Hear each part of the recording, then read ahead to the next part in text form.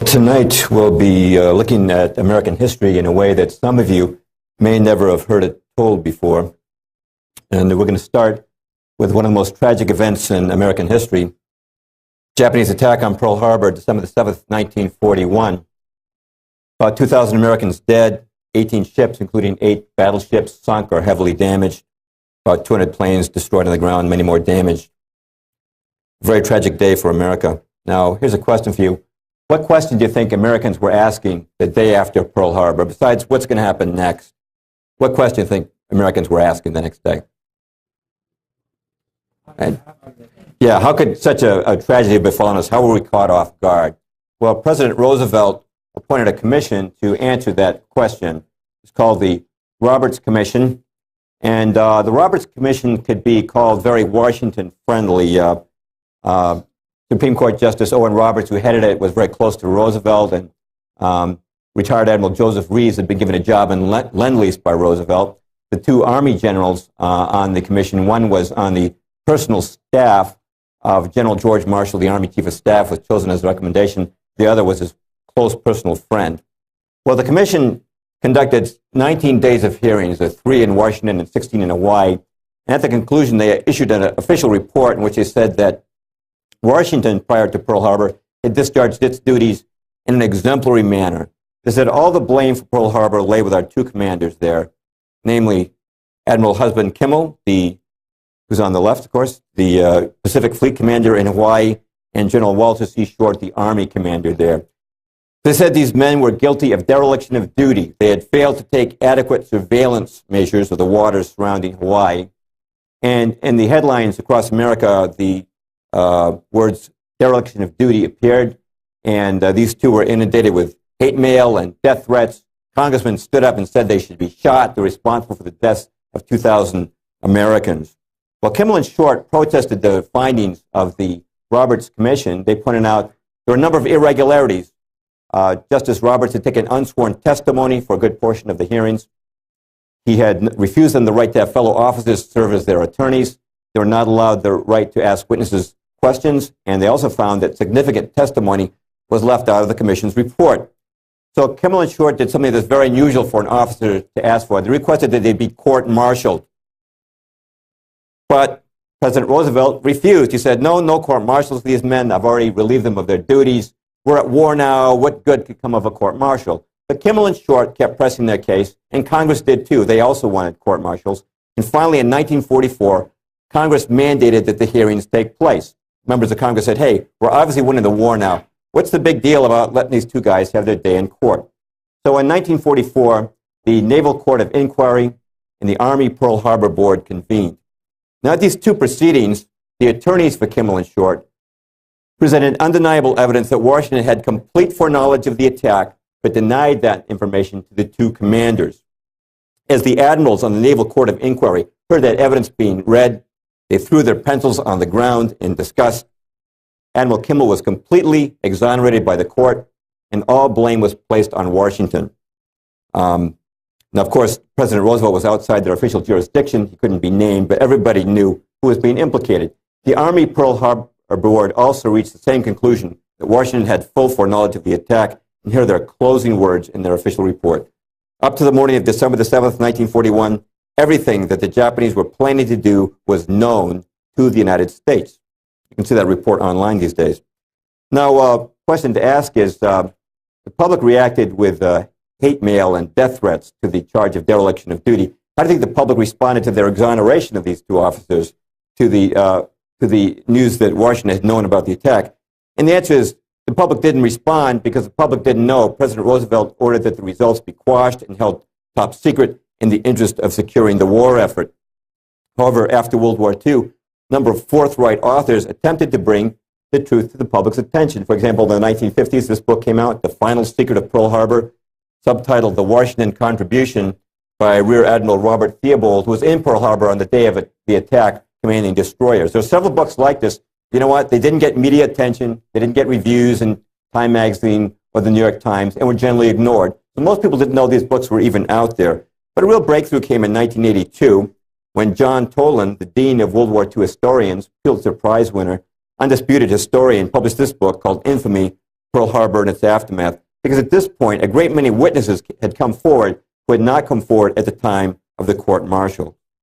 Now, following the publication of Toland's book, I was asked to do a cover story. This is back in 1986 for the New American on Pearl Harbor, summarizing what Toland and other writers had said.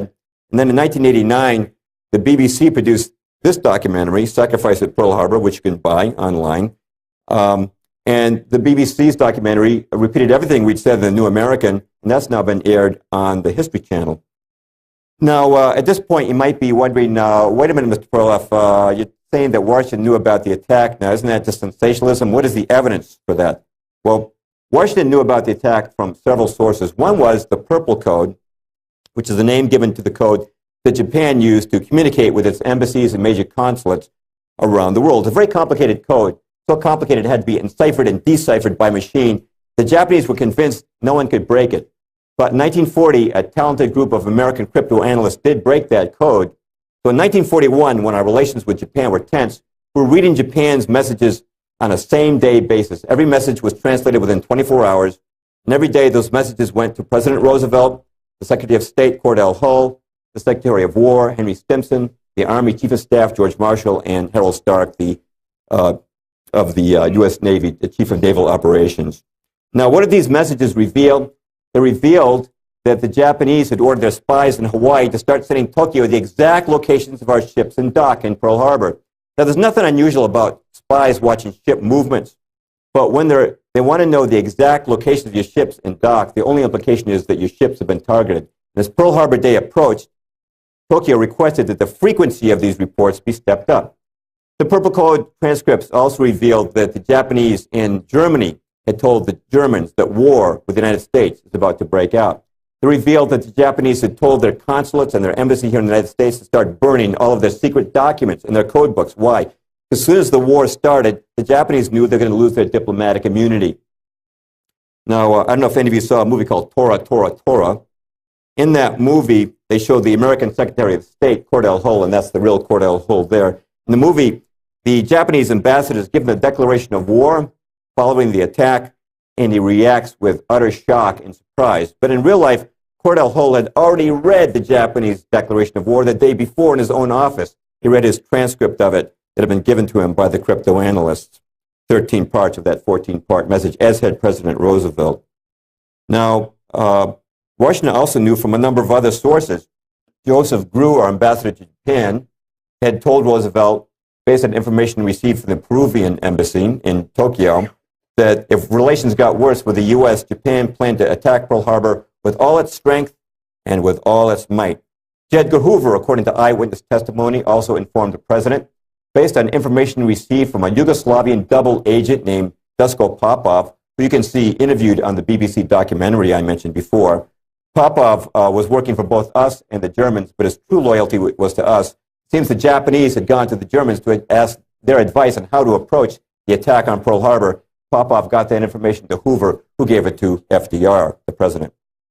Brigadier General Elliot Thorpe was a U.S. military observer in Java, which was at that time under the control of the Dutch. Now, the Dutch had also broken Japan's diplomatic codes, had learned of the Pearl Harbor attack, and warned General Thorpe. General Thorpe thought this was so serious, he sent a total of 4 warnings to Washington until finally General Marshall's office told him, send no further warnings concerning Pearl Harbor. And you can see General Thorpe interviewed on the BBC documentary, Sacrifice at Pearl Harbor. Colonel F.G.L. Weigerman was the Dutch military attaché in Washington. He has testified that he personally warned General Marshall of the attack. And Senator Guy Gillette and Congressman Martin Dies both independently received warnings of the attack. Both men later stated they had told President Roosevelt about the warnings they'd received, and in both cases he told them to just leave the information in his hands, the president's hands, and not to share it with anyone else. Now, in 2001, Disney released this movie, Pearl Harbor, starring Ben Affleck. It's a very standard rendering of the attack. FDR portrayed as a great hero. He's totally surprised. And the producer of that movie, Jerry Bruckheimer, used very impolite language to describe anyone who would suggest otherwise. So in response to that, the New American Magazine asked me to do a new cover story on Pearl Harbor because at this point we had more information in particular from this book, Day of Deceit, The Truth About FDR and Pearl Harbor by Robert Stinnett. Stinnett really broke new ground in the investigation of Pearl Harbor. Through the Freedom of Information Act, he was able to prove we'd not only broken the diplomatic code, we had also broken Japan's naval codes before Pearl Harbor. This is something no one had known before outside of official circles. We had always assumed that the Japanese maintained complete radio silence as they approached Pearl Harbor. They did not. They maintained discretion, but not silence. They broke silence on a number of occasions, and the most important message was certainly this one. Admiral Yamamoto, the Japanese First Air Fleet, November the 26th, 1941. The task force keep its movement strictly secret in maintaining close guard against submarines and aircraft shall advance into Hawaiian waters, and upon the very opening of hostilities shall attack the main force of the United States fleet and deal it a mortal blow. The first air raid is planned for the dawn of X Day, exact date to be given by later order. Now, no one can read that and not understand its implications. I'd like to mention that following publication of our articles in the New American, I received a note of thanks from Colonel Walter C. Short, U.S. Army retired, son of the late Pearl Harbor commander. We were also contacted by the attorney for the Kimmel family, who requested permission to use one of our New American articles in their own efforts to exonerate Admiral Kimmel. I'd also like to mention that by a resolution of the United States Congress, Kimmel and Short have been exonerated of any wrongdoing in the matter of Pearl Harbor. But how many people know that? How many people even know there's any controversy about Pearl Harbor? Because you know what? You don't read about this stuff in the New York Times.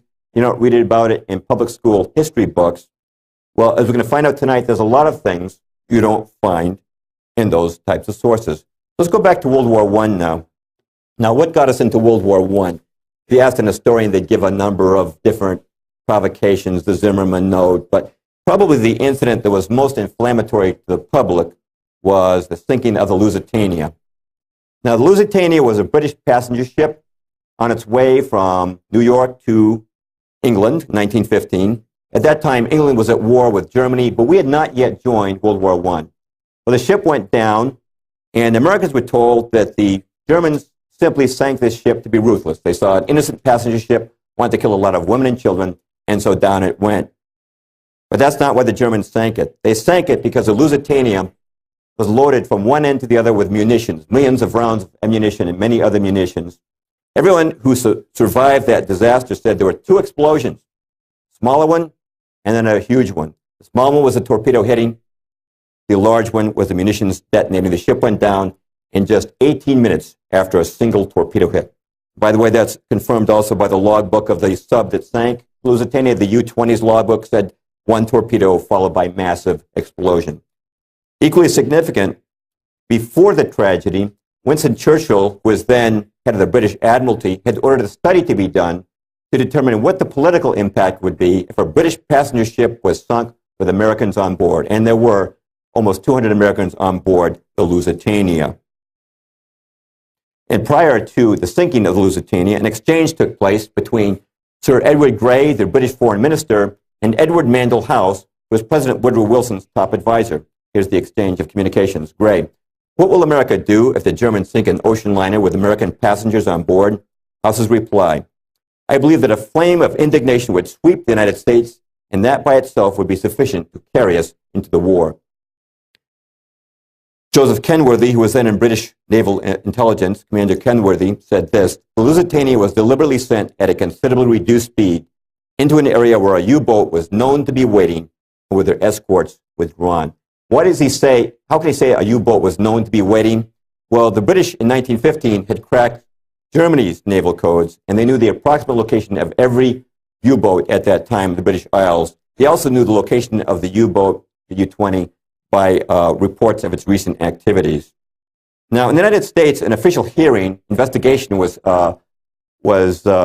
carried into looking into the sinking of Lusitania, but at that hearing, officials were only allowed to see a dummy manifest that omitted the ship's munitions. The original manifest that listed the munitions was ordered by President Woodrow Wilson to be hidden in the archives of the U.S. Treasury. Now, hearing this, some of you might think, well, Mr. Perloff, isn't that just sort of a conspiracy theory? Is that pretty wild stuff? Actually, almost everything I just said has already been on the History Channel. In the documentary In Search of the Lusitania, you can read about it in the book The Lusitania by a British historian, Colin Simpson. or in Room 40, which came out more recently by Patrick Beasley. Now, Beasley is a former officer in British naval intelligence, and he's considered the world's leading authority on the history of British naval intelligence. Here's what he writes in his book. I am reluctantly driven to the conclusion that there was a conspiracy, his words, to put the Lusitania at risk in the hopes that even an abortive attack on her would bring the United States into the war. All right, let's kick it back in history one more time now to the Spanish-American War. Now, what was the event that brought us into the Spanish-American War of 1898? Sinking of the Maine, that's right. Here's the Maine, the beautiful new battleship, sailed into Havana Harbor in 1898. And a few days later, an enormous explosion tore through the ship. That's what it looked like afterwards. 266 crewmen, that's most of the crew, lost their lives. Soon thereafter, headlines like this began to appear. Crisis at hand, cabinet in session, growing belief in Spanish treachery, McKinley suspicious of Spanish plot. And so America went to war. It was said that the Spanish had ordered the Maine to be sunk to intimidate us, and that they sunk it either with a mine or a torpedo. And the battle cry was, remember the Maine. But after that war, American historians continued to ponder the question, what really did sink the Maine? Well, the Discovery Channel has done a pretty good job of answering that. In 2002, they released this documentary, Unsolved History, Death of the USS Maine. Now, what they did was they asked naval engineers and other scientists from various fields to recreate the sinking of the Maine. Now, they didn't do a computer model. Believe it or not, they actually reconstructed part of the hull of the Maine using the exact same kind of steel, exact same kind of rivets. They consulted the original blueprints for the Maine, and they visited a sister ship, identical ship that's still afloat today before they did this. Then they took this hull and they applied explosive pressure under different conditions and compared the results they got to the photographed wreckage of the Maine. Now, the Maine no longer exists today, but at one point it had been raised and extensively photographed. Well, they were able to demonstrate from the results they got that there's no question that the Maine sank from an internal explosion. An external device like a torpedo or a mine creates a totally different effect on the hull. What does that mean? If correct, it means that in 1898, the United States went to war on a wrong pretext. Now, we started with Pearl Harbor in 1941. Let's start moving towards present time. Let's stop at the Korean War, 1950. The Korean War began in June of 1950 when Kim Il-sung, the dictator of North Korea, ordered his troops to invade South Korea. But here's a question I know very few people can answer this. How did Kim Il-sung and the communists come to power in North Korea? Very few people have an answer to that. Some people think, well, did Mao Zedong put him there? No, Mao Zedong came to power in 49 in China. This guy was already in power in 45. The answer is that we pretty much put him there in a roundabout way. And here's how it happened. During World War II, Joseph Stalin was our ally against the Germans. Now, he's a bad guy to have for an ally. You might remember, when the Germans invaded Poland in 1939, so did he. And like the Germans, he had put to death innumerable of his own people.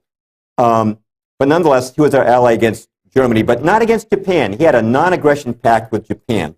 But at the Big Three Conference of Yalta, President Roosevelt asked Stalin if he'd break his non-aggression pact with Japan. He said, sure, I'll do it on one condition. The United States has to supply everything my Far Eastern Army will need. All the planes, tanks, jeeps, trucks, weapons, and food. You do that, and I'll send my army to fight the Japanese in the Far East. And Roosevelt agreed. And 100 American ships that were supposed to deliver supplies to USGIs in the Pacific were diverted to the Soviet Union. Now, this has to go down as one of the worst foreign policy moves of all time. When does Stalin move into China to, quote-unquote, fight the Japanese? After we've already dropped the atom bomb on Hiroshima.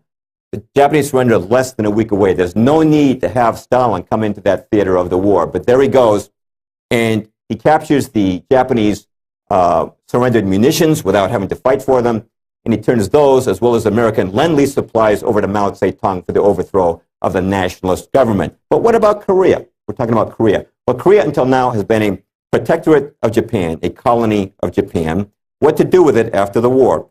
Well, as we'll see tonight, America's most influential journal of foreign policy is called Foreign Affairs. In 1944, Foreign Affairs ran an article called Korea in the Post-War World.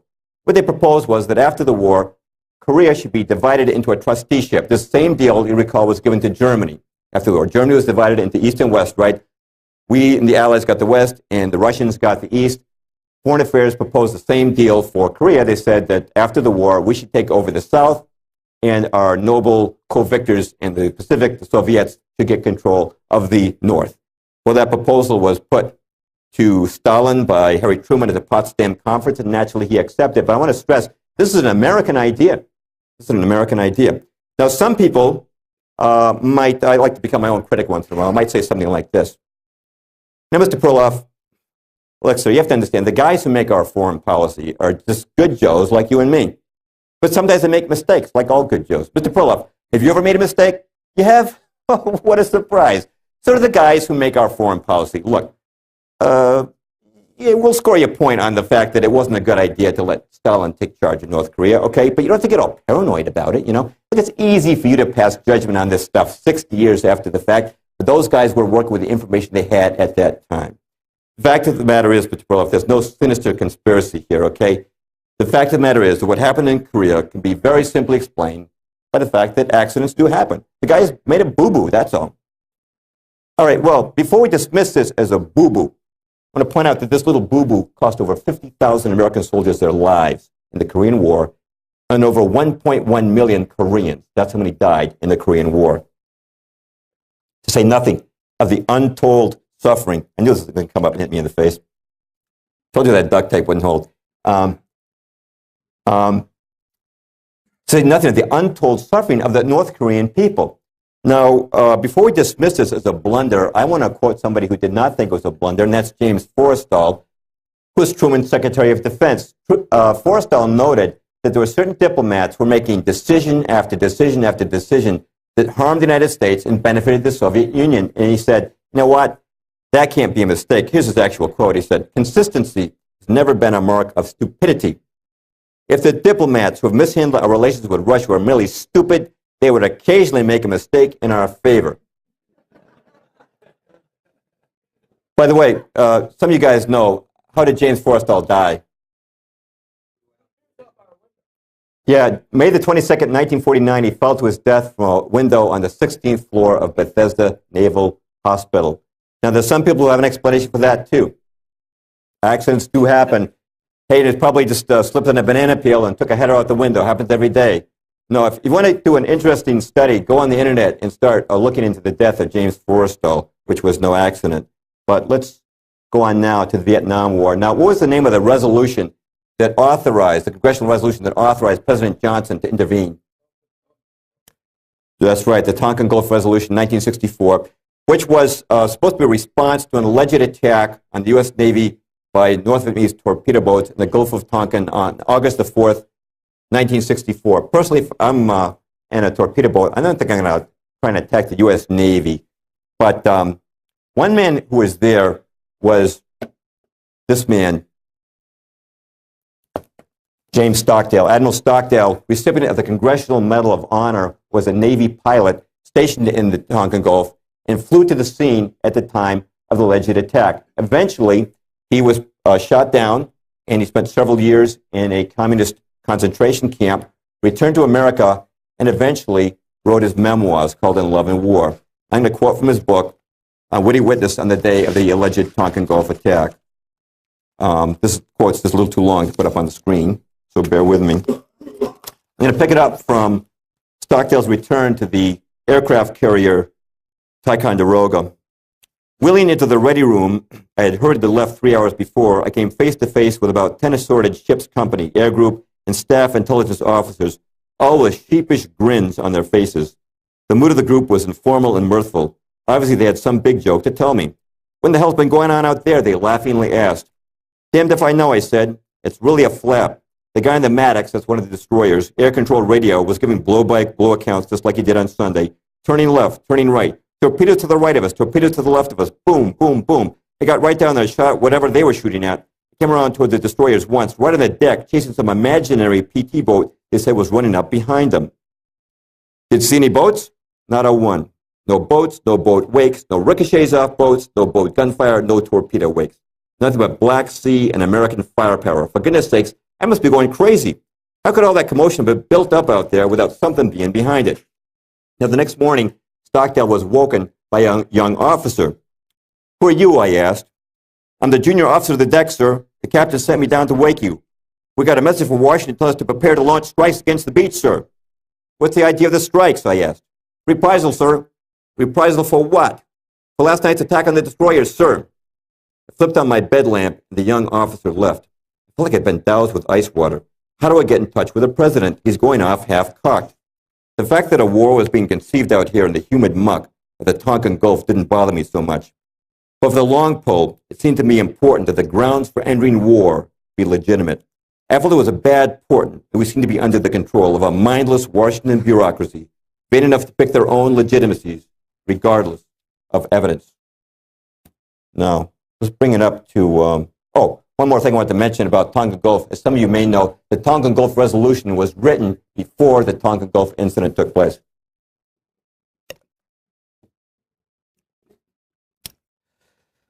All right, war in Iraq. I just want to mention something here that I have friends who are in Iraq or have fought there, and Ed, who opened us tonight up here, has a son who's serving as an officer right now in Iraq. And I know this is a controversial war. I just want to assure you that none of us here are speaking critically out of unpatriotic motives. We regard patriotism as a virtue. I just want to say one thing about the war in Iraq, which is today we're being told we're in Iraq to bring freedom and democracy to the Iraqi people.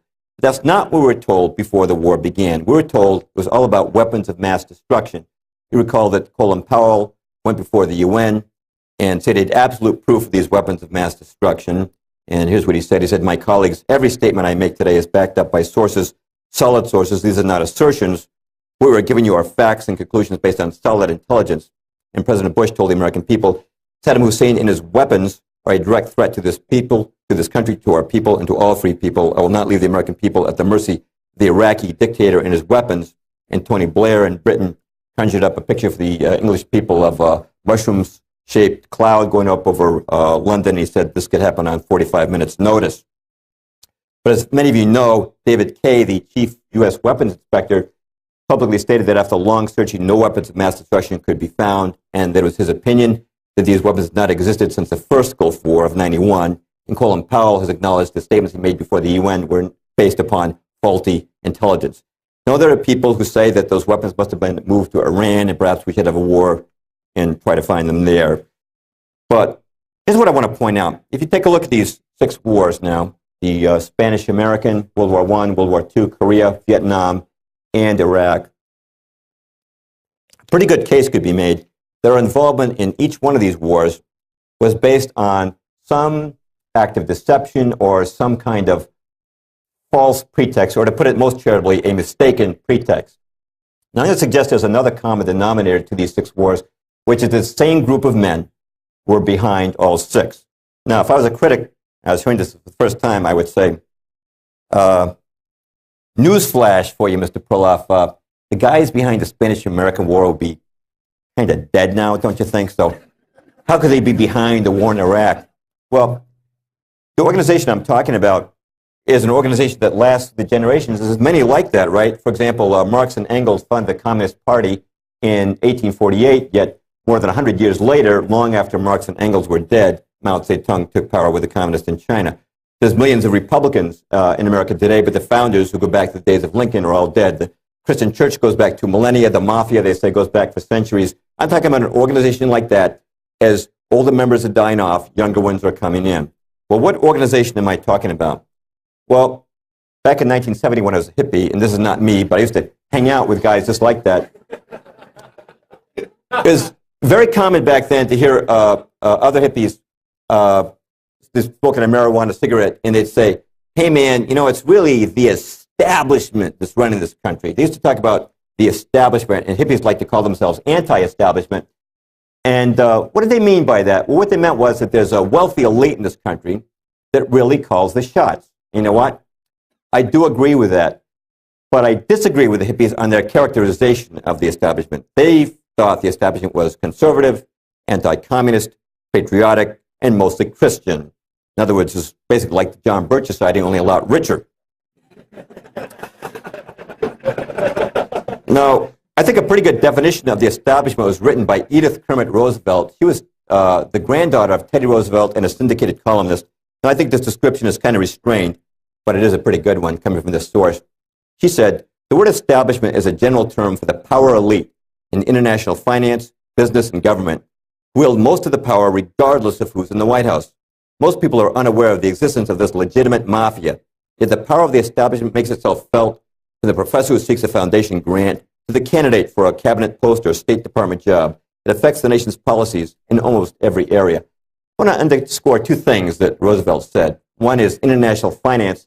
As we will see today, the establishment is linked to Wall Street and the banking community, and also regardless of who's in the White House. In other words, to these guys, it doesn't matter whether a Democrat or Republican is sitting there, they still have the power.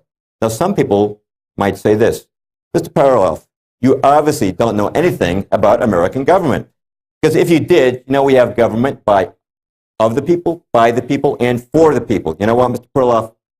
We, the voters, we've got all the power. Look, we're the ones who put these guys in office, right? So we get the government that we deserve. And obviously, any policy our government undertakes must be mandated by us because we are the ones who elect these leaders. And you know what, Mr. Perloff? If we don't like the job that our leaders are doing, all we've got to do is vote the rascals out at the next election. So see, Mr. Perloff, there's no sinister power behind the throne, okay? We, the people, the sovereign voters of America, we are the power behind the throne. You know, I agree that in principle, the people are supposed to have the power in this country, but I disagree that we're holding that power in fact. Now, the establishment knows we've got an electoral system, and they've figured ways around it. For one thing, they figure that through their influence within the major mass media and the two major parties, they can pretty much predetermine who will get nominated for president. Now, elections are not my focus tonight, but I just want to take one example of that just to back it up a little bit. 1976, Jimmy Carter was elected president. Here's a trivia question for you. 7 months before the Democratic National Convention, what percentage of registered Democrats favored Jimmy Carter for president? Anyone want to guess? Yeah, you're all very close. Yeah, it was less than 4%. Most people didn't even know who Jimmy Carter was. So what happened? Well, Carter was invited to the Tarrytown, New York estate of David Rockefeller, who many consider the kingmaker of the American establishment. Also there was the big new Brzezinski, who Carter later made his national security advisor. And Barry Goldwater, many of you know, former Republican presidential candidate, former senator from Arizona, wrote about this meeting between Carter and these two men. And here's what he said. David Rockefeller and Zbigniew Brzezinski found Jimmy Carter to be their ideal candidate. They helped him win the nomination and the presidency. To accomplish his purpose, they mobilized the power of the Wall Street bankers and the media controllers. Let me flesh that in a little bit. Media controllers. By the time the nomination convention rolled around that summer, Carter's picture had appeared on the cover of Time magazine 3 times, and Time's cover artists were told to make him look as much like John F. Kennedy as possible. His picture appeared on Newsweek's cover twice by the time of the convention. The New York Times ran a number of puff pieces on Jimmy Carter, including a piece in the New York Times Magazine. The Wall Street Journal ran an editorial saying the best possible Democratic candidate making the best president for America would be Jimmy Carter. And of course, that swung the businessman vote. And every night, the 3 networks at that time, NBC, ABC, and CBS, inundated people with pictures of Jimmy Carter. And guess what? When the convention came around, Jimmy Carter got the nomination. But do you think that he got that nomination because all across America, the sovereign voters of America spontaneously decided that they wanted Jimmy Carter for president? Or was it because he was picked in a high place and packaged and sold to the American public? I respectfully suggest that it was the latter, and I also respectfully suggest that it's been the latter for most of our major party candidates over the last century. But it's not just about elections. The establishment has established bridges of influence to the sitting president, the most important of which is the Council on Foreign Relations, CFR for short, headquartered in New York City with a branch in Washington. And of course, it's the subject of my book, The Shadows of Power, subtitled The Council on Foreign Relations in the American Decline. Now, how does the council influence the president? We're going to talk about that. But first, I'd like to establish this. What is the goal of the Council on Foreign Relations? The goal is world government. And I'm just going to quote Admiral Chester Ward. He was former judge advocate of the U.S. Navy. He was invited into membership in the Council on Foreign Relations. He spent 16 years there, was shocked by what he found. Here's what he wrote. He said, the main purpose of the Council on Foreign Relations is promoting the disarmament of U.S. sovereignty and national independence and submergence into an all-powerful one world government. Well, from Boston, we have the Boston Herald up there. They even were bold enough to do an editorial against the Council on Foreign Relations, which they call them foreign policy fuzzy thinkers who worship world government. And in my book, The Shadows of Power, I have many quotes, both from the critics and from the Council itself, demonstrating that they advocate the establishment of a world government. By the way, what do we mean by that? What do we mean by world government? Well, today, Brazil is run by the Brazilian government, right? And Japan runs, the Japanese government runs Japan. A world government would be a single government ruling the entire globe. Now, some people would think, come on, Mr. Perloff, that's never going to happen in a million years. We know it's happening right now in Europe, European Union. You know, at one time, countries like Spain and England were mighty empires. Now they're becoming little more than provinces in the European Union. Their legislatures each year increasingly serve just to ratify decisions made by the European Commission in Brussels. And as you know, they're consolidating their currencies into the euro. They're consolidating their militaries. They say they're going to have a European Pentagon. They have European Constitution. Europe right now is a model of global government on a regional scale. As we'll see tonight, the same thing is planned for North America. Now, the Journal of Foreign Policy for the Council of Foreign Relations is called Foreign Affairs. And I read every issue, well, I went through every issue before writing The Shadows of Power, going back to its original publication date of 1922, and I found many calls for world government. For example, in the first year of publication, 1922, we read this: obviously, there's going to be no peace or prosperity for mankind so long as it remains divided into 50 or 60 independent states. The real problem today is that of world government. Let me underscore something that was said here. I found that these guys constantly use the words peace and prosperity to describe what world government will bring us.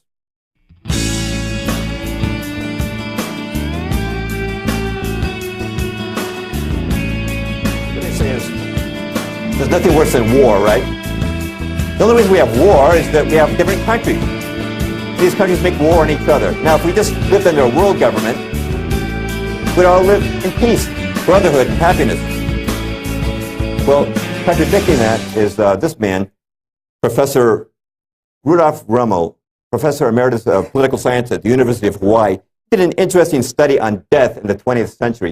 And what he found that in that century, 4 times more people died at the hands of their own government than died in war.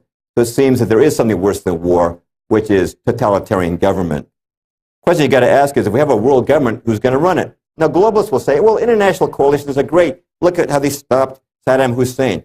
What happens if Saddam Hussein runs your world government? If you've got only one government on the earth, where are you going to run to hide? There's no government now you can run to protect you. The Founding Fathers of America knew that it's very dangerous to put all power in one place. That's why they didn't just give us a president and the executive branch, but they also gave us a legislative branch. And even with that, there's a check and a balance, right, between the House and the Senate, plus the judicial branch to keep an eye on the other two. And I know that there's been corruption in all those branches of government, but nonetheless, that system has served to protect us from being taken over by a dictatorship. And by the way, in the original view of the framers, the states were supposed to counterbalance the power of the federal government, an issue that was sort of settled by the war between the states. James Madison, our 4th president, said this: the accumulation of all power in the same hands may be pronounced the very definition of tyranny. You can be sure if you accumulate all power in the world government, it'll be the worst tyranny this planet has ever seen. All right, well, what about this Council on Foreign Relations? How did it get started? It traces its roots back to the Paris Peace Conference of 1919, which was settling the aftermath of World War I. And President Woodrow Wilson, who's on the right there, went to that conference, and always at his side was his top advisor, Edward Mandell House. Colonel House, not a real colonel, that was an honorary title given to him, was known as a front man for Wall Street and the banking community. He had an office right in the White House. It could well accurately be said he was Wilson's controller. House's official biographer, Charles Seymour, called him the unseen guardian angel of the Federal Reserve Act. Now, I'm going to be talking to you folks for a little while about banking and financial institutions. It might seem like I've pulled a switch on you. You may say, Mr. Perloff, you started talking about foreign policy and war, and now you're talking about banking. Why the switch? Well, as we're going to see, the financial establishment is inextricably tied to the foreign policy establishment. You can't understand one without understanding the other. So bear with me, and the relationship will soon become apparent. By the way, it's not surprising that a plan for world control would be tied to financial centers. What do we say buys the most influence in this world? Humanly speaking, we say money makes the world go round, right? And we want to know who's behind something. What do we say? We say follow the money. Well, that's what we're going to do now, is follow the money and see who's behind the Council on Foreign Relations. Speaking of money, I'm sure you've noticed we've got inflation in this country. I was looking at price levels in 1962 the other day. 1962, a postage stamp was 4 cents, a candy bar was a nickel, and a movie theater ticket was 50 cents. I went to Colby College freshman in 1969. The tuition was $2,600, now up to about $40,000. My father brought a brand new Toyota Corolla in 1969 for $2,400. You know, the dollar's lost more than 95% of its value since 1913. And it looks like it's inevitable we're going to have inflation, you know. We're told it's inevitable as death and taxes. It does look that way. You know, every year for the last 50 years, we've had inflation, not deflation. That's true. If you look at the Consumer Price Index, the CPI, every year we've had inflation, not deflation. So it looks inevitable, but it's not. By the way, how does the establishment try to explain inflation? They explain it kind of like this. You know, it's the fault of the American worker. Some guy has a baby, and he goes to his boss. He says, "Boss, I just had a baby. Can I have a raise of $20 a week?" And the boss says, "Well, Joe, I'd like to give you a raise of $20 a week. The only way I can afford to do that is by raising our prices $20 a week. I'll have to pass that cost on to our customers." So the guys doing business with Joe's company say, "Well, you guys are raising your prices $20 a week. We'll have to do the same thing." So all across America, prices go up because greedy Joe had a baby and asked for a raise. And guys like him, right? Well, that's one of the explanations we give. Well, that's not the case. Inflation is not inevitable. I'm going to show you a very interesting graph. These are price levels in America going back to 1665. And I want you to notice that for the first 250 years of our history, we had no net inflation. It's only over the last century we've had this skyrocketing inflation. Now, some people might object and say, "Hey, Mr. Perloff, there's some blips in there." Yeah, what are those blips? Those blips are wars. The first one is the Revolutionary War. The second one is War of 1812. The third one is the Civil War. In wartime, our government, like many governments, has printed money to pay the cost of the war. You know what happens when you print money? You get inflation, right? But notice that after the wars, money returned to its normal value. Did you know that 1900 a dollar was worth exactly what it was worth in 1770, the days of George Washington? No net inflation for 130 years. But look at this war, World War I. All of a sudden, we inflate again, and it starts to go back down, and that's mostly the Great Depression when we had some deflation. And then it just takes off. Well, what happens? Something's obviously changed. You know, there's no effect without a cause. What's the cause of that change in America? And the change was caused by the introduction of the Federal Reserve. Now, I know that Ben Bernanke has taken over at the Fed, but I still have Greenspan's picture up there. It's still, I think, a more familiar face to most Americans. Now, the Fed chairman has been called the economic czar of America. Why? Because he sets interest rates in this country. By doing that, he and the board, I should say, set the interest rates. By doing that, they also set the tenor of the stock market. You know, if interest rates are really high, CDs start to look attractive, money starts flowing out of the stock market. Or conversely, if interest rates are low, money tends to move into the stock market, pushing stock prices higher. And, you know, mutual fund managers are always listening when the Fed chairman speaks very nervously with their thumbs on the buy and sell buttons, hoping to get some hint of the direction that interest rates are going to take. Now, how did the Federal Reserve get started? Most people would say, I have no clue. Must have been some act of our government, right? Yes, it was the Federal Reserve Act, 1913. But who introduced the original legislation for the central bank? It was this man, Senator Nelson Aldrich.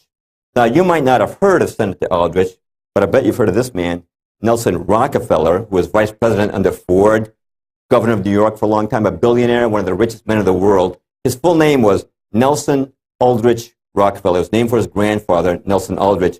The Rockefellers and the Aldriches intermarried. Aldrich's son, Winston Aldrich, became president of the National City Bank, owned by the Rockefellers.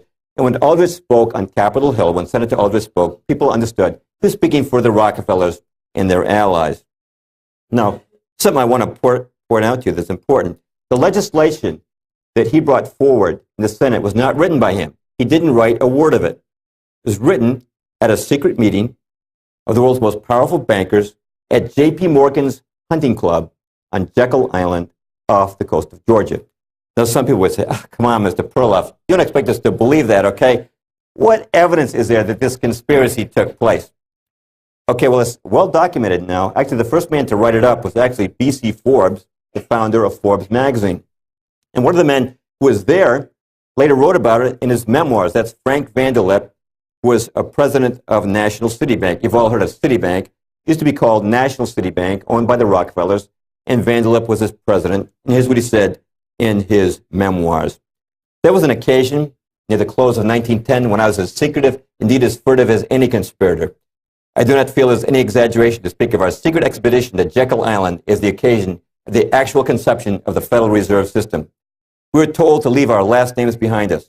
We were told further that we should avoid dining together on the night of our departure. We were instructed to come one at a time and as unobtrusively as possible to the terminal of the New Jersey Littoral of the Hudson, where Senator Aldrich's private car would be in readiness, attached to the rear end of the train for the south. Once aboard the private car, we began to observe the taboo that had been fixed on last names. Discovery, we knew, simply must not happen. If it would be discovered that our particular group had got together and written a banking bill, that bill would have no chance whatever of passage by Congress, unquote. Okay, who's at this meeting? Representatives of the three most powerful banking houses in the world. It's kind of like a meeting of the mafia dons. Representing the House of Rockefeller are Vanderlip and Aldrich. Representing the House of J.P. Morgan, from left to right, are Benjamin Strong, head of J.P. Morgan's Bankers Trust Company. In the middle is Henry Davison, senior partner in J.P. Morgan and Company. And on the right is Charles Norton of the First National Bank, also owned by Morgan. But the most powerful figure at this meeting was the man representing Europe's Rothschild family, Paul Warburg. Now, you might not have heard of Warburg, but if you've ever seen the musical Annie or the old comic strip Little Orphan Annie, you've seen him caricaturized. You might recall that Annie had a rich benefactor, the richest man in the world, named Daddy Warbucks. Well, the cartoonist simply took the name Warburg and changed it to Warbucks. Actually, myself, I think that this fictional banker is a better representation of Warburg. But who was Warburg? Well, Paul Warburg was a German banker, a partner with the Rothschilds, who'd grown rich in Europe by establishing central banks to loan money to the governments of Europe. And in 1902, the Rothschilds sent Warburg to America with instructions to found a similar bank here in the United States. As soon as he came here, he became a partner in Kuhn, Loeb and Company, which was the Rothschild banking satellite in New York City. And he quickly formed an alliance with John D. Rockefeller and J.P. Morgan. Now, this alliance was nothing new. It went way back. The Rothschilds had actually provided the original seed money for the Standard Oil fortune of Rockefeller. They'd also bailed out J.P. Morgan when his firm was in trouble in the 19th century. Now, in 1907, J.P. Morgan, who owned a large number of newspapers, started a rumor about the insolvency of a couple of rival banks, namely the Knickerbocker Bank of New York and the Trust Company of America. This led to runs on these banks. If you've seen that movie, It's a Wonderful Life, you've seen an example of a run on the bank. You know, banks loan out the money that's on deposit. That's how they make their profits. But if all the depositors were to panic and run to the bank and ask for their money, and the bank had loaned out too much of it, the bank could collapse. That's what happened to these two banks. This spread to other banks and became known as the Panic of 1907.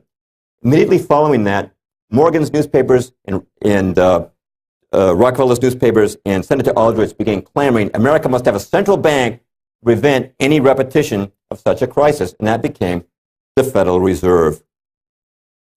Now, why do they want a central bank? Well, who do you suppose Woodrow Wilson appoints vice chairman of the original Federal Reserve will set America's interest rates? Ba-bum, Paul Warburg. The very guy who ran the meeting on Jekyll Island is now put in charge of the system.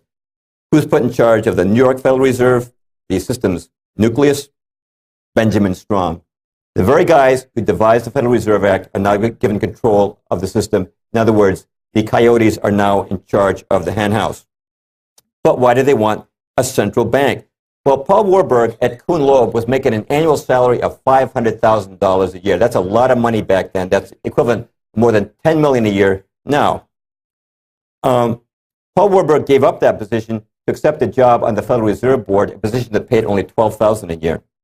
Now, why did he do that? Some people might say, well, Jim, I'm sure that when Warburg came to this country, he must have gotten caught up in a frenzy of patriotism.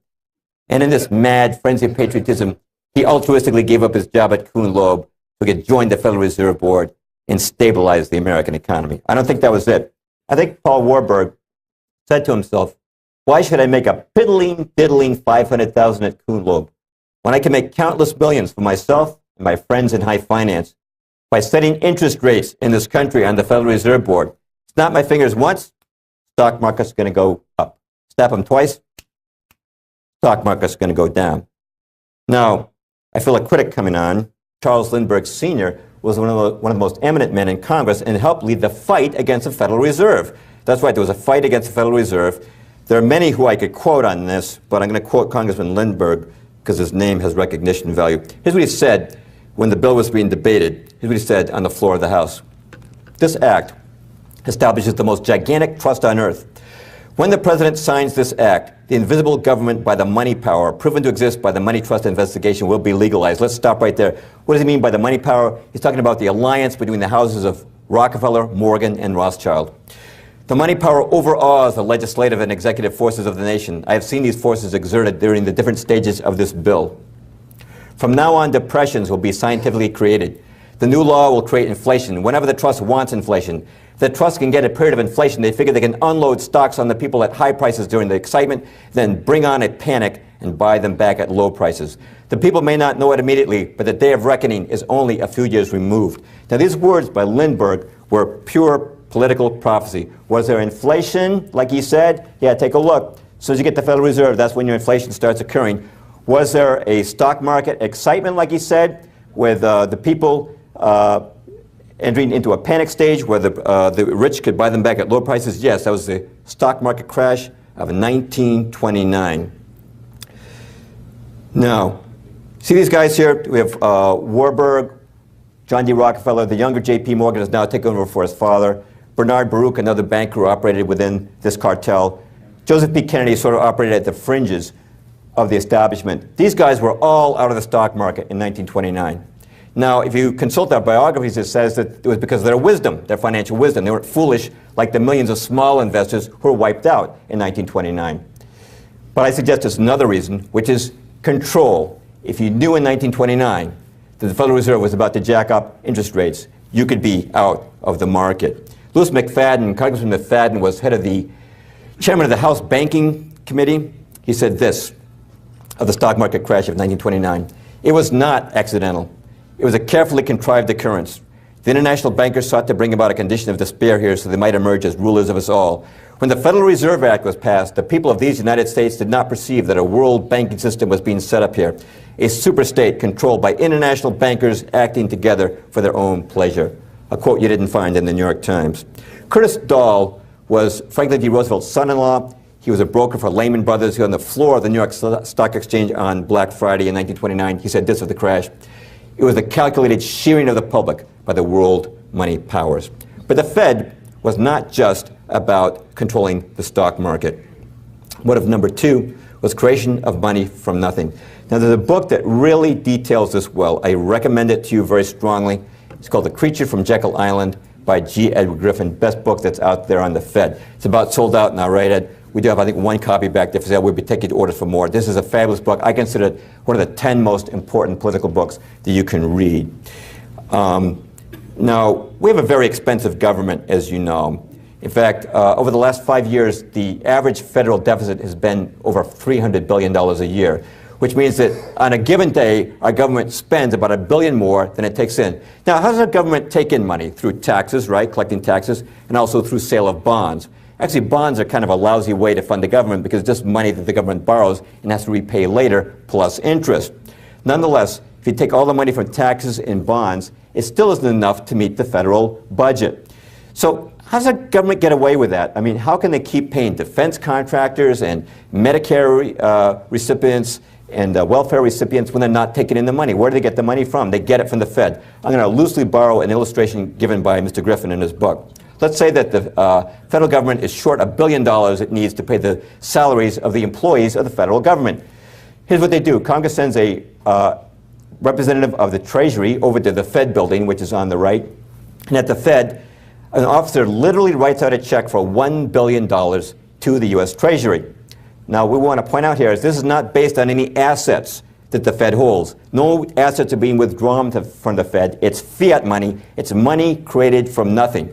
Now, if you or I did that, we wrote a check with nothing to back it up, we'd go to jail.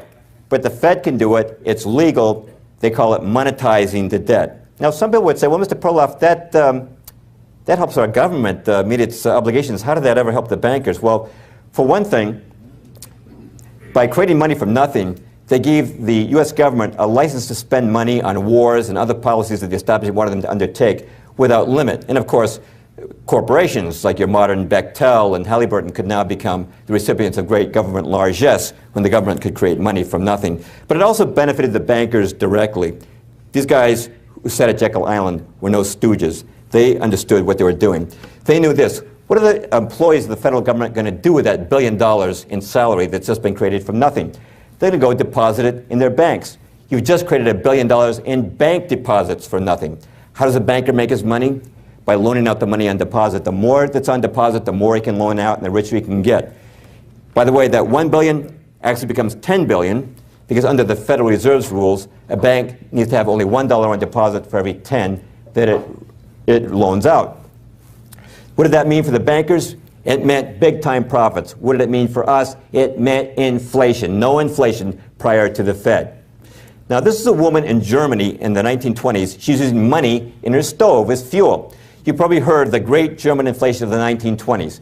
To pay off their war debt, the Germans printed massive amounts of money. It was so bad, the inflation, that it took 200 million marks just to buy a loaf of bread. And people used to walk down the street with their money in a wheelbarrow. Well, when the Fed creates money from nothing, it's doing the same thing. Now, that's not as bad as in Germany in the 1920s, but they're doing the same thing. And they don't even have to print the money nowadays. They just create it electronically. How can you fight a war in Iraq and not raise taxes? You inflate the currency. Now, I should mention that politicians love this system. You know why? They know if you raise taxes, that's a kiss of death at election time. But if you fund the government by simply creating more money, who do we blame? Do we blame the government or the Fed? No, we blame the grocery store. Why are you raising prices again? We blame the, college tuition is going up, we blame the college. We never look at the actual source, which is the government. But the bankers had a problem. Okay, we're creating billions of dollars from nothing, but to be profitable, those deposits have to be loaned to somebody. Now, who do you suppose they wanted to loan that money to? They're creating from nothing. Think they wanted to loan it to a guy like me? No. For one thing, I don't borrow that much. Also, my business might go belly up. They wanted to loan it to one particular individual. You know who it was? This man right here. That's right. They wanted to take the money they created from nothing by the Fed and loan it right back to Uncle Sam, which brings us to reason number 3 for the Fed. Interest on loans to the American government. The Fed was empowered to buy and sell bonds for the federal government and to have a voice in setting the rates on those bonds. And who was going to buy up those bonds? Naturally, they would. So, of course, you and I can buy a bond too, but the bankers knew very well that they were going to buy most of them. But they still had a problem. How's the American government going to pay back all the interest on all this debt? Because in 1913, the American government had very few sources of revenue. Its biggest source of revenue at that time was tariffs. You know what they came up with? They came up with the income tax. Some people don't know there was no income tax in this country before 1913. In fact, in 1895, the Supreme Court ruled that an income tax was unconstitutional. The only way to get an income tax enacted was to pass an amendment, or try to pass an amendment, to the Constitution. Now, who introduced the income tax amendment? You only get one guess on this. What legislator? Nelson Aldrich, the same man introduced the original legislation for our central bank. Now, why did the American people accept the income tax? Also, originally it was only 1% of your income. And naturally, Senator Aldrich and all the other co-sponsors promised, don't worry, it'll never go above 1%. So Americans said, hey, I'm a patriotic Joe. If Uncle Sam needs 1% of my income and I always can keep the other 99%, no problem. But you know what happened? A few years later, Congress raised it a smidge and another smidge until after a few smidges, we're all paying 18, right, 28, 33% of our income in federal income tax, because the bankers understood this principle. If you want to boil a frog, you can't just drop him in boiling water. He'll jump out. If you want to boil a frog, put him in lukewarm water and gradually turn up to a boil, and he'll never even know he's been cooked. And that's what they did with the income tax. The intention all along was to raise it from the 1%. Now, some people would say this, Jim, That's foolish. The rich wouldn't want an income tax. The income tax soaks the rich. Well, it's true. If you know a guy who's making $100,000 or $200,000 a year, that guy probably pays a lot of tax, but not these guys. Now, in 1970, when I was 18, I worked for Kelly Labor in downtown Boston at minimum wage, $1.80 an hour. You know, I paid more income tax that year than the billionaire Nelson Rockefeller, who didn't pay 1 cent in income tax. How do we know that? Because when he became vice president under Ford, he had to reveal his income tax returns. Back in the 1930s, the Bacora hearings revealed that J.P. Morgan had not paid any income tax at all in 1931 and 1932. How did these guys get away with it? Well, the main way is they put their assets into tax-free foundations, which is a whole other subject we're not going into tonight. But those foundations serve to further the power and influence of the establishment, for example, by providing funds for colleges to force them to teach a certain agenda to their students. Now, look at these dates with me, 1914. Now, in 1913, the bankers have established the Federal Reserve, which enables them to make billions of dollars out of nothing, which they can loan to the federal government at interest rates they themselves will set. Also in 1913, they've established the income tax by which they can extract repayment from the American people. Only one thing is missing. America needs a reason to borrow. Now, if only something would happen that would cause the American people to borrow money, if only something would happen to cause a lot of borrowing. What happened in 1914? 6 months after the Federal Reserve Act was passed, Archduke Ferdinand is assassinated. America later goes to war. And the result of that, our federal deficit, which was $1 billion, pretty manageable sum, $1 billion before the war, became $25 billion by the end of the war, and we've never looked back on debt since. Now, some people have another explanation for these dates, which is, hey, stuff happens. You know, it's all a coincidence. Now, as you heard in the introduction, I've written a couple of books on creation versus evolution. I give PowerPoints on that. And what I talk about there is the evidence that God designed the world, that the world has far too much complexity and design in it. I talk about the fact that the goodness in the world is design. And people sometimes ask me, what's the relationship between your two talks? Well, the relationship between that and tonight's talk is, I'm also saying that evil also occurs by design. Do I believe accidents happen? I sure do, but not in politics. Now, some people might say this, Mr. Perloff, you know, the Federal Reserve and income tax, right, those are underpinnings of our free enterprise system here. There is Americanism, mom, apple pie, baseball, and the American flag. Mr. Perloff, to criticize these things, you sound like a darn communist. Well, if you think that, you need to read the Communist Manifesto, because in that book, Karl Marx laid out 10 steps necessary to create a communist totalitarian state. Step 2 was a heavy progressive or graduated income tax. And step 5 was centralization of credit in the hands of the state by means of a national bank with state capital and an exclusive monopoly. So in 1913, we actually enacted 2 of Marx's precepts for the establishment of a communist state. This is not part of free enterprise. The Founding Fathers never intended for you to have an income tax. It was not in the Constitution. As far as the creation of money goes, the Constitution says Congress, or elected representatives, shall have the power to coin money and regulate the value thereof, not private bankers. Now, young people today are really struggling, you know. Money troubles, fights over money. And, you know, a young man today will say sometimes, well, you know, my great-grandfather came to this country in 1900. He had 10 kids, his own house, his wife never worked a job.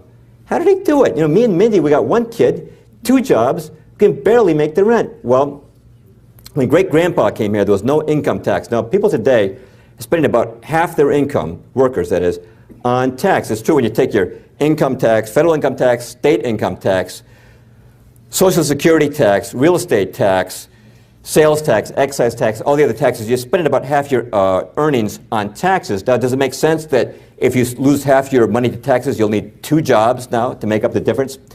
Plus, when great-grandpa came here in 1900, he had a stable dollar. It was worth the same next year as last year.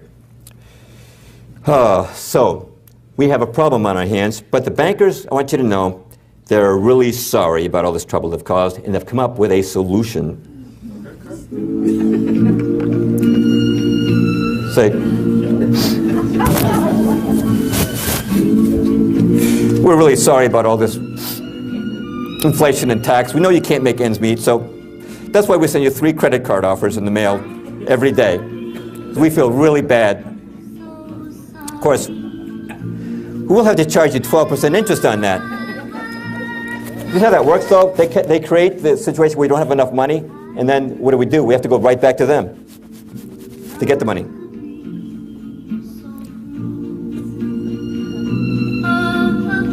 Good voice, that Greenspan. Well, when the Federal Reserve was being planned on Jekyll Island in 1910, the president at that time was William Howard Taft. And Taft was opposed to the Aldrich plan for a central bank. For that reason, the bankers decided to get rid of him. And the man they chose to replace him was Woodrow Wilson. Now, Wilson, prior to running, met with Bernard Baruch, who was part of the cartel, and he promised Baruch he would do 4 things if he was made president. He would lend an ear to advice on who should occupy his cabinet. He would support a central bank. He would support an income tax, and lend an ear to advice if a war broke out in Europe. Now, the problem was how to get this stiff-looking professor from Princeton elected over the very popular incumbent, William Howard Taft. The strategy they used was to split the Republican vote. J.P. Morgan and company put money on the former Republican president, Teddy Roosevelt, who ran what was called the Bull Moose, the short-lived Bull Moose ticket. And Republicans split their votes between Taft and Roosevelt, and Wilson got elected with only 42% of the vote.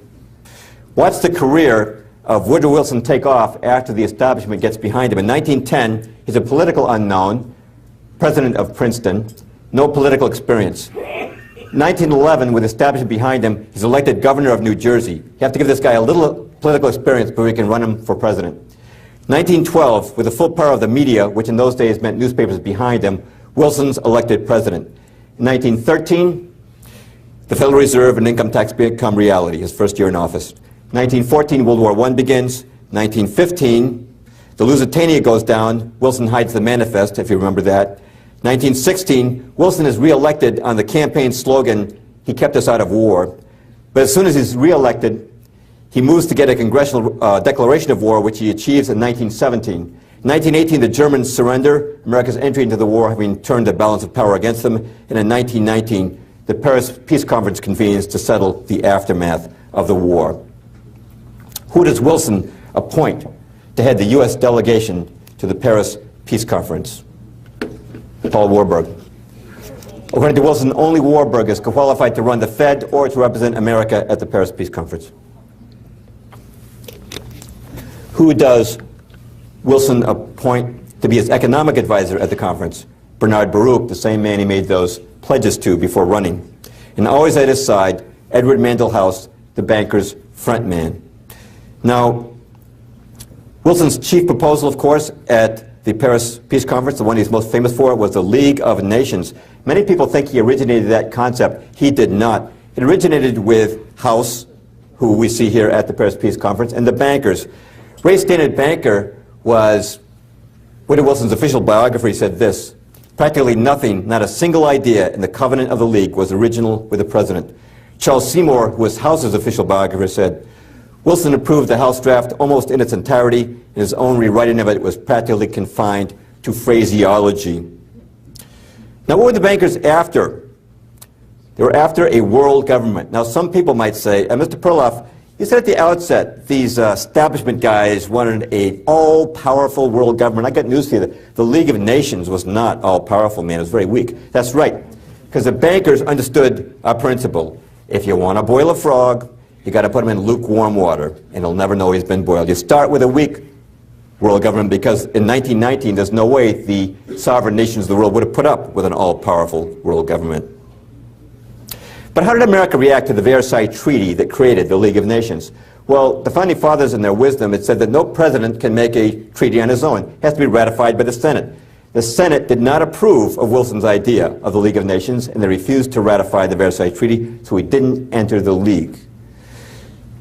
How do the bankers respond? They're still in Paris. They are ripped when they find out that America's not going to join the League. So they held a series of meetings hosted by Edward Mandell House, culminating with a dinner at the Majestic Hotel in Paris. And at this last dinner, they resolved to form a new organization in the United States that would so change the climate of opinion here that would enter the realm of world government. And that organization, the Council on Foreign Relations, incorporated in New York City 2 years later. Now then, if you look at the original membership roster of the council, you'll find something interesting. Almost every man on it was either a banker or an attorney for J.P. Morgan and Company. For example, the founding president was John W. Davis, who was Morgan's personal attorney. The founding vice president was Paul Cravath, attorney for J.P. Morgan and Company. The founding chairman was Russell Leffingwell, partner in J.P. Morgan and Company. Now, don't you think it's kind of odd that a foreign policy association should comprise solely bankers and lawyers working for J.P. Morgan? Well, they thought it looked a little funny, too. So they decided to add a few college professors to the ranks. But guess what? The professors all came from universities indebted to J.P. Morgan and Company for large endowments. They're all screened, and they're all men that they knew they could count upon to attend meetings of the council and return to their campuses and tell their students that if America were truly civilized, she would join the League of Nations. Now, eventually, the Rockefellers brought in their people, and David Rockefeller was the chairman for many, many years, is still the honorary chairman of the council. Now, how does the council influence American foreign policy? One way is through its books. It's many books on foreign policy, which are generally, you can count on them getting good reviews in the New York Times book review section. Also through its journal, Foreign Affairs. Now, most people never heard of Foreign Affairs, but you know what? Time magazine calls this the most influential journal in print. It's like the Bible of the State Department. It's said that if you want to know what American foreign policy will be doing tomorrow, just read Foreign Affairs today. But the most important way, I'm sure, that the council influences American foreign policy is by directly supplying cabinet-level personnel for Washington. At the time I wrote The Shadows of Power, but that was 20 years ago, at that time, when Reagan was president, even at that time, 14 secretaries of state, 14 secretaries of the Treasury, and 11 defense secretaries have been recruited from the ranks of the council. You're not talking about a huge organization. In the days of Kennedy, only about 1,000 members. It is up to about 6,000 now. Bill Clinton picked 12 cabinet members from the council. Virtually every CIA director and Fed chairman has come from the council. If you want to know how the current candidates stack up, the Washington Post this year published a list of their top security and foreign policy advisors. For McClain, 18 out of 34 belong to the council. For Obama, 10 out of 23. And for Hillary, 14 out of 21. So if any one of them gets elected, you can expect you're not going to see too much change. Now, what foreign policy programs has the council actually created? I'm going to take 3 examples from right after World War II. What was the successor organization to the League of Nations? The United Nations. Now, what I was told in public school was this. My teacher said, well, boys and girls, here's how the UN got started. After World War II, all the nations of the world were really sick of war. So they decided to get together and form an organization that would stop war. That's not how it happened. It was started with a group called the Informal Agenda Group. It's a group of Council on Foreign Relations members. If that title sounds bland and innocuous, it's designed to be that way because they didn't want any snoopy congressmen prying into what they were doing. But they drew up the original plans for the UN. They called in 3 attorneys, all members of the CFR, who approved of it and said it would be constitutional. Then they had an audience with President Roosevelt, who also approved the plan and announced it to the public the very same day, and then made that the central priority of his post-war planning, establishment of the UN. And when the UN was founded in San Francisco in 1945, 47 of the American delegates were members of the council. It was a CFR show all the way. How about the Marshall Plan, the post-war plan to help Europe? People will say, well, that was thought up by General George Marshall. He announced it at a Harvard commencement speech. That's what it says in your history book, and he did announce it at a commencement speech at Harvard, but it had nothing to do with planning it. Actually, it was all laid out at a study group at the Council on Foreign Relations with David Rockefeller as its secretary. Originally, they were going to call it the Truman Plan and have President Truman announce it. But after some deliberation, they said, you know, if Truman announces it, the Republicans might not go for it. You know, they may call this a New Deal for Europe. So General Marshall was selected because they felt that as a general, he would appear to be a political neutral, and that plan worked. The plan got bipartisan support. Well, what were they trying to do with the Marshall Plan? We were told it was charity for Europe. Well, for one thing, corporations linked to the CFR were given tax dollars to send these goods to Europe. But more significant was this. The man on the left is John J. McCloy of the Council on Foreign Relations. He was in charge of Marshall Plan funds in Europe. And the man on the right is Jean Monnet, the founder of the Common Market. Time magazine called him the father of Europe. In 1947, Monnet sent his people to McCloy and said they needed money to start a European Union movement. McCloy turned over unlimited Marshall Plan funds, what were called counterpart funds, to Monet's people to start the European Union movement. Those funds were used to host the first Council of Europe meeting in 1949, to found universities which advocate European Union, to found the European Union youth movement, and to fund the political campaigns of politicians who would advocate a European Union. European Union didn't just happen recently, it started back in those days, and Americans never knew their tax dollars were being used for this purpose. By the way, John J. McCloy, a true insider's insider, when he returned to the United States, he became chairman of the Chase Manhattan Bank, chairman of the Council on Foreign Relations. He was also one of the first presidents of the World Bank. Now, you've heard of the World Bank and International Monetary Fund. How did they get started? Your history books say they were started at the Bretton Woods Conference. Well, that's true. Officially, they were started at the Bretton Woods Conference, but all the groundwork was first laid by the Council on Foreign Relations at what they call their Economic and Finance Group. In other words, the Council on Foreign Relations is a factory of American foreign policy, but how many people even know it exists? By the way, what was the purpose behind the World Bank and the IMF? We're told these are essentially charitable organizations attached to the UN that help out poor countries with their debt problems. Well, actually, it's a loan guarantee scheme. Here's what happened. After World War II, the banks down in New York, like National City and Chase, wanted to continue loaning money to the governments of nations. They said to themselves, you know, after the war, some of these countries are kind of on shaky financial ground. What if one of them missed an interest payment? Wouldn't that be tragic for us? We've got to find a sucker, a dope, stupid enough to pick up the tab for us. So every time we miss an interest payment, they'll pay it. Well, who's the sucker? It's the American taxpayer, that's right. Here's how it works. Chase would loan money to, say, Poland. Poland's going along making payments, and Poland says, look, we just can't make this month's payment. What happens? World Bank or IMF comes in with our tax dollars, gives it to Poland, Poland gives it to the bankers. Bankers never miss a payment. Now, if you think I'm making this up, I'm going to quote Jesse Helms, Senator Helms, former chairman of the Senate Foreign Relations Committee, said this: the New York banks have found important profit centers in lending to countries plunged into debt. This has been an essentially riskless game for the banks because the IMF and World Bank have stood ready to bail the banks out with our taxpayers' money. A.K. Chesterton, the noted British political observer, said this: the World Bank and the International Monetary Fund were not incubated by hard-pressed governments, but by a supranational money power which could afford to look ahead to the shaping of a post-war world that would serve its interest. By the way, it's not just about profit. You look at the Marshall Plan and all these other plans and the Fed, it's never just about profit. They're trying to move money into that machine, into that establishment structure, but there's always a political purpose as well.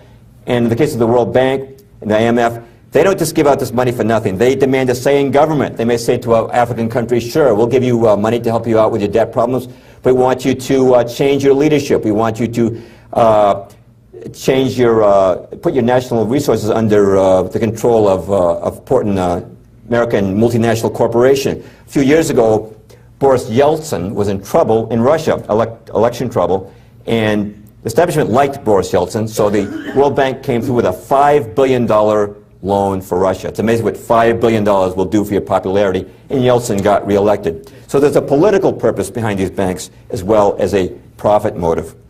Now, I'm going to bring it up to present time to close us tonight, but before I do, I want to touch on the Vietnam War, because I don't think anything did more to change the cultural landscape of America in the 20th century more than the Vietnam War. Now, if you ask the establishment, you consult their resources, they'll say it was all a quagmire. I did a word search once on Yahoo, and if I used the terms quagmire in Vietnam, I found there were more than 1 million websites that matched those two words. What they say is it's just a quagmire, which means a bog or a swamp. They say, well, it's all the fault of the West Point guys. The military gave our civilian government a lot of bad advice, and they thought it would be a piece of cake to beat the communists in Vietnam, but they underestimated the love of the Vietnamese people for the communist leader Ho Chi Minh. So we sent 100,000 troops, that didn't work, 200,000, 500,000 troops, didn't work. The war was unwinnable, but those patriotic right-wing hawks were too patriotic to pull out. So the war dragged on for 14 years until finally we left in ignoble defeat. And that's it, it's just a big quagmire, a big mess. Well, that's how they explain it. Now let's look at what really happened.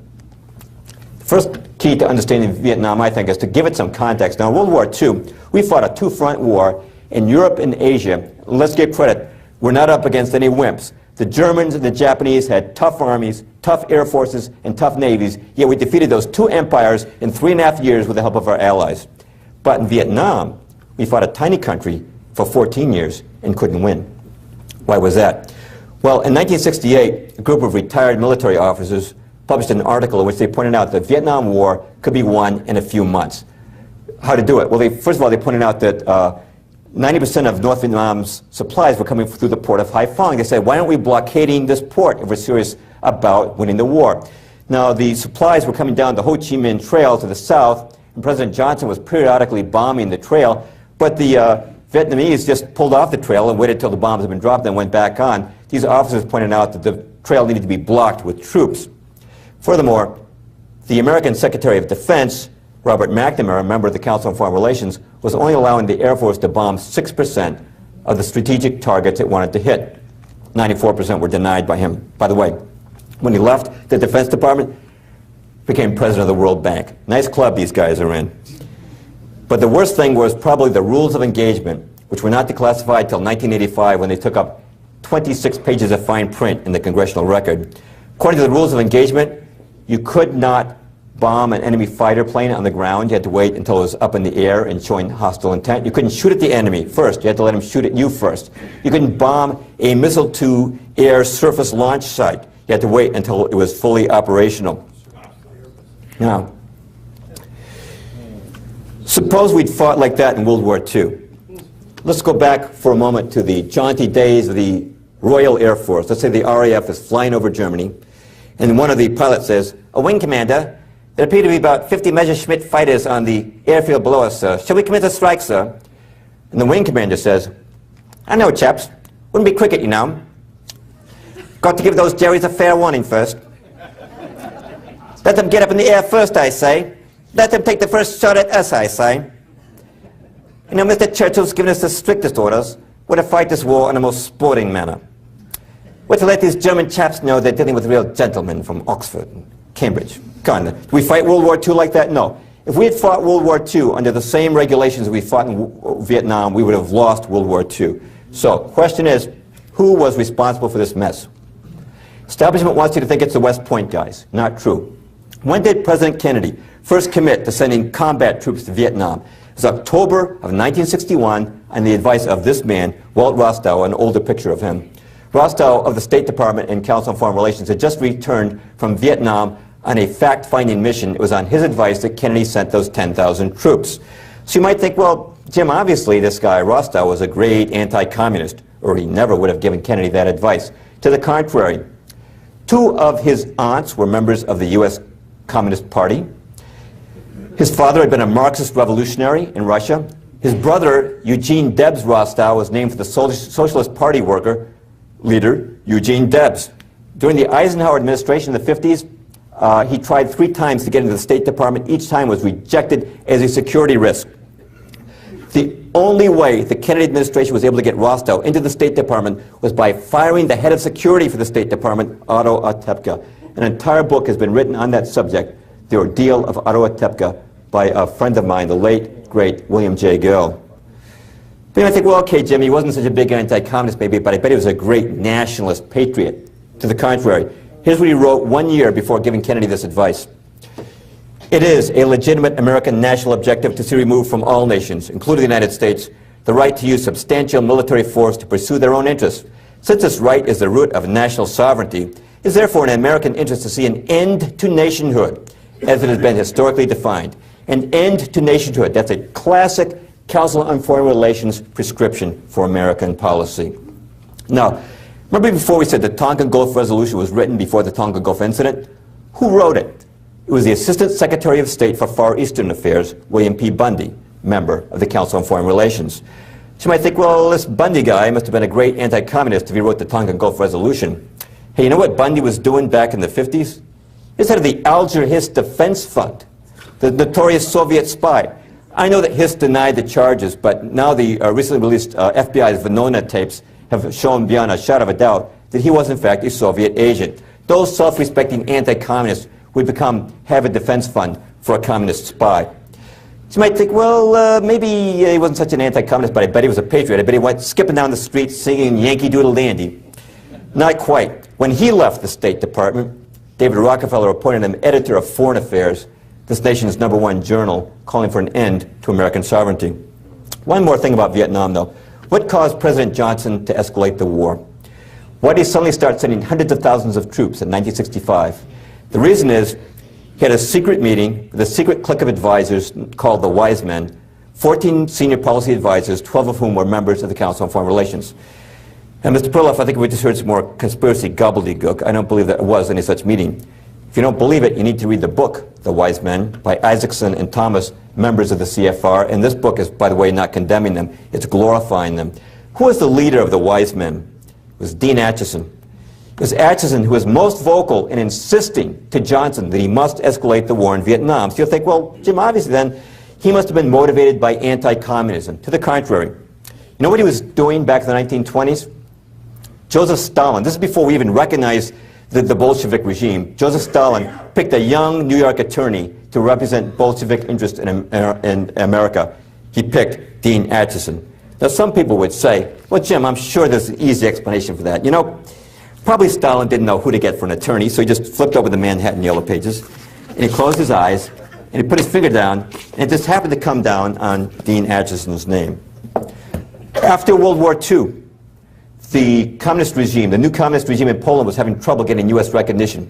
Whose law firm did they recruit to get U.S. recognition? The law firm that every communist knew he could trust, the law firm of Dean Acheson. Acheson's law partner was Donald Hiss, the brother of the Soviet spy.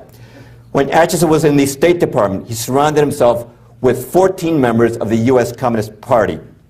That's not imagination, that is a fact. John Stuart Service, John Carter Vincent, Lachlan Curry. When John Stuart Service was caught passing secrets to the Soviet Union by the FBI, Acheson didn't fire him, he promoted him. This man was no anti-communist. And by the way, want to know who his son-in-law was? Ba-bum.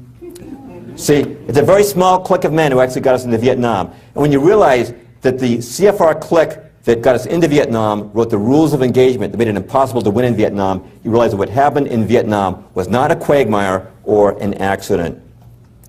Well, what's the establishment agenda today? They're still promising us peace and prosperity.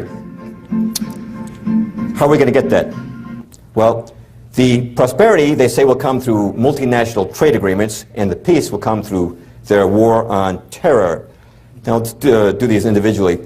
Now, as far as the trade goes, I'm sure most of you are familiar with these acronyms: North American Free Trade Agreement, General Agreement on Trade and Tariffs, World Trade Organization, Free Trade Area of the Americas, which is a plan to expand NAFTA to the entire Western Hemisphere, and Security and Prosperity Partnership, which is a plan for a North American Union in the style of the European Union. Now, you probably noticed something else, which is that jobs are disappearing in America. Our steel industry wiped out, textile industry wiped out, electronics industry wiped out. Where are all the jobs going? Not hard to figure out. They're going overseas, right? Why is that? I'll make it very simple. It used to be that a woman would go to Walmart, see two items, one made in America, one made in China. The one made in America would cost $5. The one from China, which had a tariff on it, would cost $4.50. And she'd say, well, the one from China is a little cheaper, but the one in America is a lot nicer made. I'm going to buy the one made in America. But then we got into NAFTA, we got into the World Trade Organization, and what these did was to destroy, eradicate our tariff structure, being that now the same Chinese item comes in without a tariff on it, and now it costs only $1.50. But the American item still costs $5. What these trade agreements did was to flood us with cheap slave labor imports. The woman now goes to Walmart, she says, well, I like the one made in America, but I can't resist a bargain. I'm going to have to buy that one made in China. What happens? The American manufacturer now goes out of business, or has to move his shop over to China. That has happened across every sector of industry here in America. Now, I taped the original hearings on the GATT Treaty in 1994, and at that time, senators swore up and down, you know, we're not going to increase the trade deficit as a result of this treaty. We're just going to export and import. It's going to flow both ways. Well, we passed the bill. We ratified the treaty. The very next year, 1995, our trade deficit reached a new all-time high of $103 billion, and last year, $711 billion. The biggest item we're exporting these days is our jobs. Now, how many votes does America have in the World Trade Organization? Well, when the GATT Treaty was passed, Europe got 30 votes, Africa got 35, and America got 1 vote. Our voting power is the same as the Maldives, population 200,000. What that means is these other countries can make the rules, keep our goods out of their countries while forcing us to accept theirs. But who pays for the World Trade Organization? That's right. American taxpayers pay the lion's share. They thought that was only fair. Well, America's founding fathers, you know what they would have called that? Taxation without representation. Who created the World Trade Organization? Now, do you think it was average Joes like you and me? Hey, Bob, you know, I think we ought to have our union with the Canadians and the Mexicans. Ralph, that's a swell idea. Let's tell our congressman about that. Do you think that's how our foreign policy originates? Do you think that we originated it? No. It's forced on us from above. Again, I taped the original hearings, and at the time of the GATT Treaty hearings in Congress, a member of the Council on Foreign Relations, Wall Street banker named Felix Rohatyn came down to testify on behalf of the treaty. He said that if America failed to ratify the treaty, he said the markets might react adversely. And I remember Senator James Exxon of Nebraska was there, and he said, well, now, Mr. Rohatyn, we hear these dire economic predictions from you economists all the time. Nothing ever comes of them.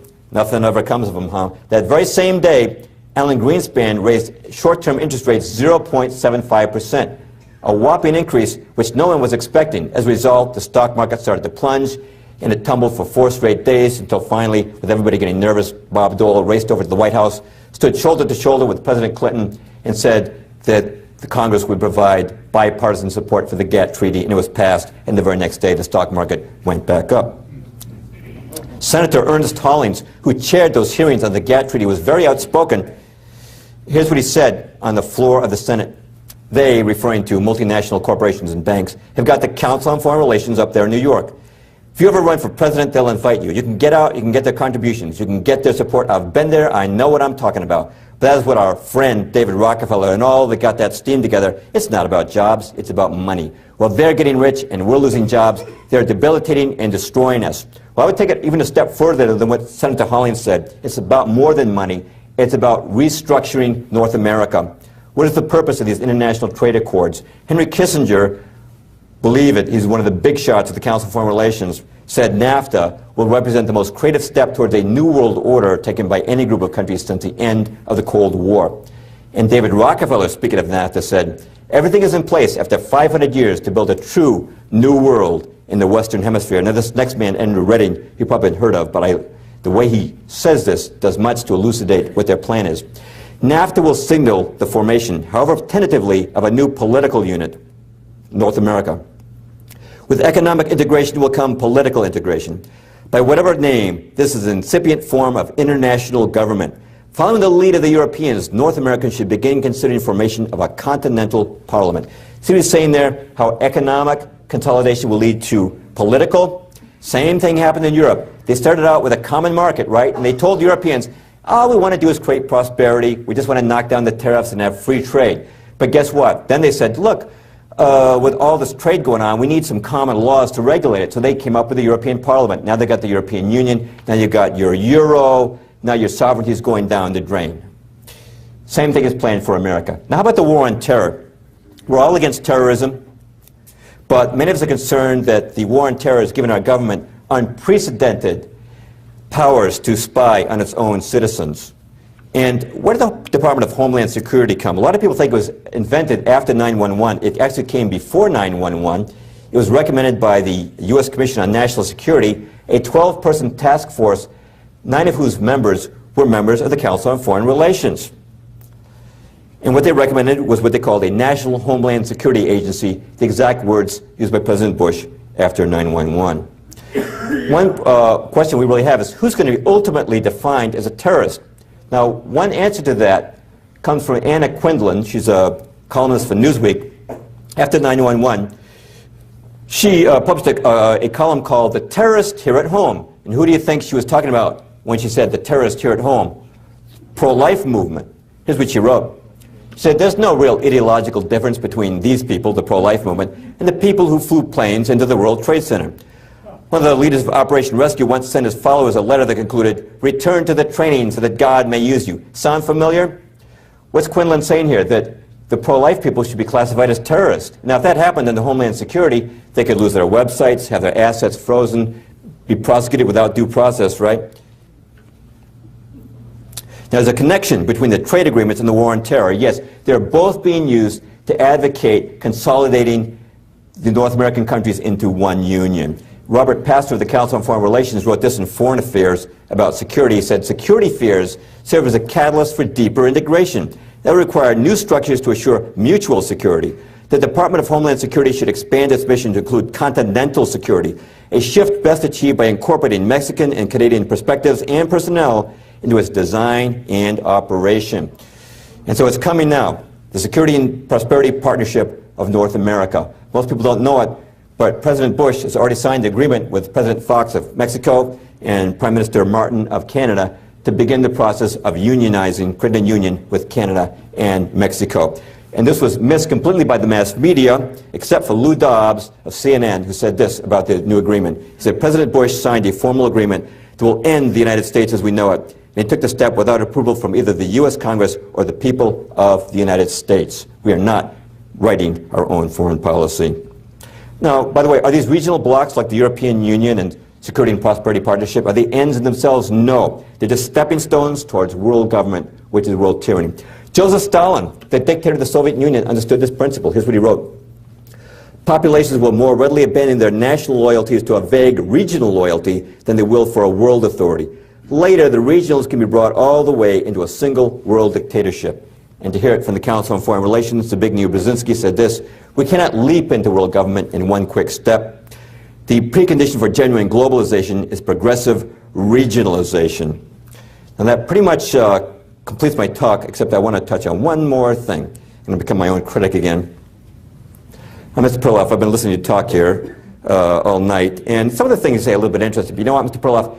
There's an easy litmus test by which we disprove everything you've said tonight. See, Mr. Perloff, our founding fathers gave us freedom of the press. Freedom of speech, freedom of the press. So you can be sure there are no big secrets in America. Now, here in America, we have a lot of choices. You live up there in Boston, Mr. Perloff. You can read the Boston Globe, but if you don't like it, read the Times or the Post or any other of many major daily newspapers. If you don't like your news in a daily format, Mr. Perloff, you can get it in a weekly format from one of these fine news resources. Or, if you don't like to read, Mr. Perloff, and I suspect you don't, you can get it from television news. Now, Mr. Perloff, this is a small sampling of our media marketplace. It's a marketplace of ideas. Now, are you seriously trying to suggest that all the reporters for all these media outlets missed all these stories been missing about tonight? I don't think so, Mr. Perloff. You know what? I think you have no credibility. Why should we believe a goofball like you? Well, we can turn to a respected source of news and information like the New York Times. I tell you what, Mr. Perloff, I'll believe the stuff you've been saying the day the New York Times prints it. Until then, don't waste your breath on me, huh? All right. What about that? Well, you better believe that an establishment that's powerful enough to control our government and our banks is also powerful enough to run the media. And you better be sure they're also smart enough to have figured out a long time ago that if they want their agenda passed, they're going to have to control the media that shapes public opinion. Just to take the New York Times as an example, because this is not a talk on the media tonight. In the 19th century, the Rothschilds sent their agent, August Belmont, who's in the upper left there. That was not his real name. They thought August Belmont would sound pretty classy. And he and J.P. Morgan offered money to Alfred Ox if he would buy a newspaper that would represent establishment interest in America. And Ox took that money, and he bought a small newspaper called the New York Times, which at that time has a circulation of just 9,000. But with the power of Rothschild and Morgan behind him, Ox turned the New York Times into the world's most powerful newspaper. He immediately moved it to new headquarters, plush new headquarters at what is now called Times Square. He was able to buy famous writers, bring them into the fold, buy up channels of distribution. But I just want to point out the New York Times was not built on integrity, it was built on money. And from Ox, the ownership passed on to Sulzberger, Dreyfus, and Sulzberger, all members of the Council on Foreign Relations. And if you look at the Times editorial history, you'll find they've consistently supported the policies advocated by the CFR. For example, when Paul Warburg was up for vice chairman of the Fed and congressmen were making noises about this guy, the New York Times published an editorial saying what a great patriot he was. The guy next to Fidel Castro there is New York Times reporter Herbert L. Matthews. It was his articles in the New York Times that persuaded Americans that Castro was not a communist, but was actually the George Washington of Cuba. Matthews, member of the Council on Foreign Relations. The man in the lower left, Leslie Gelb, New York Times editor, one of the key figures behind the Pentagon Papers, which demoralized America so much during the Vietnam War. So you might think, well, maybe Gelb will expose the CFR. Not likely. He was its president for 10 years, still its president emeritus. When you talk about the New York Times and the Council on Foreign Relations, you're talking about two faces of the same institution. They are not going to expose each other. What looks at first like great diversity actually is not. Our Boston Globe up in Boston is owned by the New York Times, just as the Washington Post owns, Post Company owns Newsweek, just as Disney owns ABC News, just as CBS owns the big publisher Simon & Schuster. Or take a look at one corporation, AOL Time Warner owns America Online, Time Magazine, Warner Brothers, CNN, Turner Broadcasting, HBO, Sports Illustrated, 130 magazines not even listed here. If you take all the movie chains and major radio networks, TV networks, major magazines, newspapers, and publishing houses, most of them are owned by about a dozen corporate entities which interlock at the top with membership in the Council on Foreign Relations. My final quote confirming this comes from David Rockefeller himself, who said this at a dinner in 1991. We are grateful to the Washington Post, the New York Times, Time Magazine, and other great publications whose directors have attended our meetings and respected their promises of discretion. For almost 40 years, it would have been impossible for us to develop our plan for the world if we'd been subject to the bright lights of publicity during these years. But the world is now more sophisticated and prepared to march towards a world government. We shall never again know war, but only what?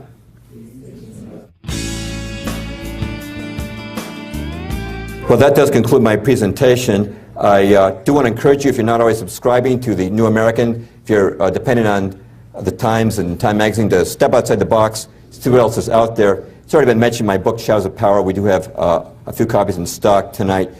These guys already mentioned very kindly my books, Tornado in a Junkyard, and The Case Against Darwin. I do give PowerPoints if any of you are interested ever. Having to speak at your church or organization on that subject, the evidence for the world being designed. We're not here by chance.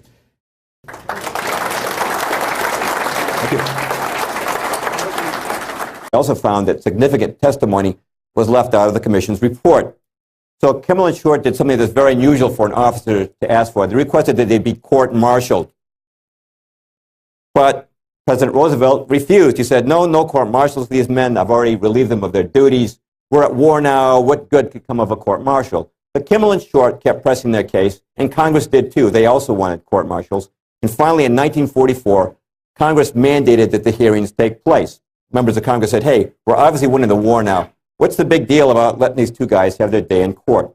So in 1944, the Naval Court of Inquiry and the Army Pearl Harbor Board convened.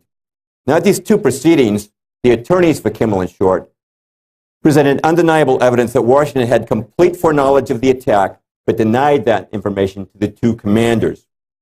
As the admirals on the Naval Court of Inquiry heard that evidence being read, they threw their pencils on the ground in disgust. Admiral Kimmel was completely exonerated by the court, and all blame was placed on Washington. Now, of course, President Roosevelt was outside their official jurisdiction. He couldn't be named, but everybody knew who was being implicated. The Army Pearl Harbor Board also reached the same conclusion, that Washington had full foreknowledge of the attack, and here are their closing words in their official report. Up to the morning of December the 7th, 1941, everything that the Japanese were planning to do was known to the United States. You can see that report online these days. Now, question to ask is, the public reacted with hate mail and death threats to the charge of dereliction of duty. How do you think the public responded to their exoneration of these two officers, to the news that Washington had known about the attack? And the answer is, the public didn't respond because the public didn't know. President Roosevelt ordered that the results be quashed and held top secret in the interest of securing the war effort. However, after World War II, a number of forthright authors attempted to bring the truth to the public's attention. For example, in the 1950s, this book came out, The Final Secret of Pearl Harbor, subtitled The Washington Contribution by Rear Admiral Robert Theobald, who was in Pearl Harbor on the day of the attack, commanding destroyers. There are several books like this. You know what? They didn't get media attention. They didn't get reviews in Time Magazine or the New York Times, and were generally ignored. So most people didn't know these books were even out there. But a real breakthrough came in 1982 when John Toland, the dean of World War II, the New American Magazine, asked me to do a new cover story on Pearl Harbor. because at this point we had more information, in particular from this book, Day of Deceit, The Truth About FDR and Pearl Harbor by Robert Stinnett. Stinnett really broke new ground in the investigation of Pearl Harbor. Through the Freedom of Information Act, he was able to prove we'd not only broken the diplomatic code, we had also broken Japan's naval codes before Pearl Harbor. This is something no one had known before outside of official circles. We had always assumed that the Japanese maintained complete radio silence as they approached Pearl Harbor. They did not. They maintained discretion, but not silence. They broke silence on a number of occasions, and the most important message was certainly this one. Admiral Yamamoto, the Japanese First Air Fleet, November the 26th, 1941. The task force keep its movement strictly secret and maintaining close guard against submarines and aircraft shall advance into Hawaiian waters, and upon the very opening of hostilities shall attack the main force of the United States fleet and deal it a mortal blow. The first air raid is planned for the dawn of X day, exact date to be given by later order. Now, no one can read that and not understand its implications. I'd like to mention that following publication of our articles in the New American, I received a note of thanks from Colonel Walter C. Short, U.S. Army retired, son of the late Pearl Harbor commander. We were also contacted by the attorney for the Kimmel family, who requested permission to use one of our New American articles in their own efforts to exonerate Admiral Kimmel. And I'd also like to mention that by a resolution of the United States Congress, Kimmel and Short have been exonerated of any wrongdoing in the matter of Pearl Harbor. But how many people know that? How many people even know there's any controversy about Pearl Harbor? Because you know what? You don't read about this stuff in the New York Times. You don't read about it in public school history books. Well, as we're going to find out tonight, there's a lot of things you don't find in those types of sources. Let's go back to World War I now. Now, what got us into World War I? If you asked an historian, they'd give a number of different provocations, the Zimmerman note, but probably the incident that was most inflammatory to the public was the sinking of the Lusitania. Now, the Lusitania was a British passenger ship on its way from New York to England, 1915. At that time, England was at war with Germany, but we had not yet joined World War I. Well, the ship went down, and Americans were told that the historians, Pulitzer Prize winner, undisputed historian, published this book called Infamy, Pearl Harbor and its Aftermath, because at this point, a great many witnesses had come forward who had not come forward at the time of the court-martial. Now, following the publication of Toland's book, I was asked to do a cover story. This is back in 1986 for the New American on Pearl Harbor, summarizing what Toland and other writers had said. And then in 1989, the BBC produced this documentary, Sacrifice at Pearl Harbor, which you can buy online. And the BBC's documentary repeated everything we'd said in the New American, and that's now been aired on the History Channel. Now, at this point, you might be wondering, wait a minute, Mr. Perloff, you're saying that Washington knew about the attack. Now, isn't that just sensationalism? What is the evidence for that? Well, Washington knew about the attack from several sources. One was the Purple Code, which is the name given to the code that Japan used to communicate with its embassies and major consulates around the world. It's a very complicated code, so complicated it had to be enciphered and deciphered by machine. The Japanese were convinced no one could break it. But in 1940, a talented group of American crypto analysts did break that code. So in 1941, when our relations with Japan were tense, we were reading Japan's messages on a same-day basis. Every message was translated within 24 hours, and every day those messages went to President Roosevelt, the Secretary of State, Cordell Hull, the Secretary of War, Henry Stimson, the Army Chief of Staff, George Marshall, and Harold Stark, of the U.S. Navy, the Chief of Naval Operations. Now, what did these messages reveal? They revealed that the Japanese had ordered their spies in Hawaii to start sending Tokyo the exact locations of our ships in dock in Pearl Harbor. Now, there's nothing unusual about spies watching ship movements, but when they want to know the exact locations of your ships in dock, the only implication is that your ships have been targeted. As Pearl Harbor Day approached, Tokyo requested that the frequency of these reports be stepped up. The Purple Code transcripts also revealed that the Japanese in Germany had told the Germans that war with the United States is about to break out. They revealed that the Japanese had told their consulates and their embassy here in the United States to start burning all of their secret documents and their code books. Why? As soon as the war started, the Japanese knew they were going to lose their diplomatic immunity. Now, I don't know if any of you saw a movie called Tora, Tora, Tora. In that movie, they showed the American Secretary of State, Cordell Hull, and that's the real Cordell Hull there. In the movie, the Japanese ambassador is given a declaration of war following the attack, and he reacts with utter shock and surprise. But in real life, Cordell Hull had already read the Japanese declaration of war the day before in his own office. He read his transcript of it that had been given to him by the cryptoanalysts, 13 parts of that 14-part message, as had President Roosevelt. Now, Washington also knew from a number of other sources. Joseph Grew, our ambassador to Japan, had told Roosevelt, based on information received from the Peruvian embassy in Tokyo, that if relations got worse with the U.S., Japan planned to attack Pearl Harbor with all its strength and with all its might. J. Edgar Hoover, according to eyewitness testimony, also informed the president, based on information received from a Yugoslavian double agent named Dusko Popov, who you can see interviewed on the BBC documentary I mentioned before. Popov was working for both us and the Germans, but his true loyalty was to us. It seems the Japanese had gone to the Germans to ask their advice on how to approach the attack on Pearl Harbor. Popov got that information to Hoover, who gave it to FDR, the president.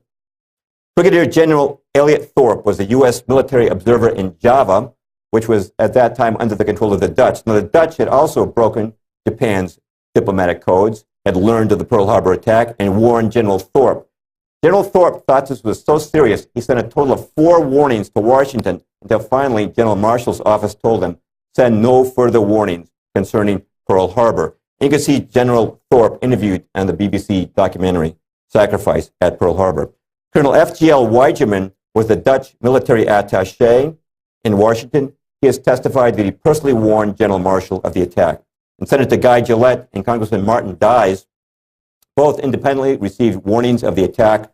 Both men later stated they had told President Roosevelt about the warnings they'd received, and in both cases he told them to just leave the information in his hands, the president's hands, and not to share it with anyone else. Now, in 2001, Disney released this movie, Pearl Harbor, starring Ben Affleck. It's a very standard rendering of the attack. FDR portrayed as a great hero. He's totally surprised. And the producer of that movie, Jerry Bruckheimer, used very impolite language to describe anyone who would suggest otherwise. So in response to that, tonight we'll be looking at American history in a way that some of you may never have heard it told before. And we're going to start with one of the most tragic events in American history, Japanese attack on Pearl Harbor, December the 7th, 1941. About 2,000 Americans dead, 18 ships, including 8 battleships, sunk or heavily damaged, about 200 planes destroyed on the ground, many more damaged. Very tragic day for America. Now, here's a question for you. What question do you think Americans were asking the day after Pearl Harbor, besides what's going to happen next? What question do you think Americans were asking the next day? And, yeah, how could such a tragedy have befallen us? How were we caught off guard? Well, President Roosevelt appointed a commission to answer that question. It's called the Roberts Commission. And the Roberts Commission could be called very Washington-friendly. Supreme Court Justice Owen Roberts, who headed it, was very close to Roosevelt, and retired Admiral Joseph Reeves had been given a job in Lend-Lease by Roosevelt. The 2 Army generals on the commission, one was on the personal staff of General George Marshall, the Army Chief of Staff, was chosen as a recommendation. The other was his close personal friend. Well, the commission conducted 19 days of hearings, 3 in Washington and 16 in Hawaii. And at the conclusion, they issued an official report in which they said that Washington, prior to Pearl Harbor, had discharged its duties in an exemplary manner. They said all the blame for Pearl Harbor lay with our 2 commanders there, namely Admiral Husband Kimmel, who's on the left, of course, the Pacific Fleet commander in Hawaii, and General Walter C. Short, the Army commander there. They said these men were guilty of dereliction of duty. They had failed to take adequate surveillance measures of the waters surrounding Hawaii. And in the headlines across America, the words dereliction of duty appeared, and these 2 were inundated with hate mail and death threats. Congressmen stood up and said they should be shot. They're responsible for the deaths of 2,000 Americans. Well, Kimmel and Short protested the findings of the Roberts Commission. They pointed out there were a number of irregularities. Justice Roberts had taken unsworn testimony for a good portion of the hearings. He had refused them the right to have fellow officers serve as their attorneys. They were not allowed the right to ask witnesses questions, and they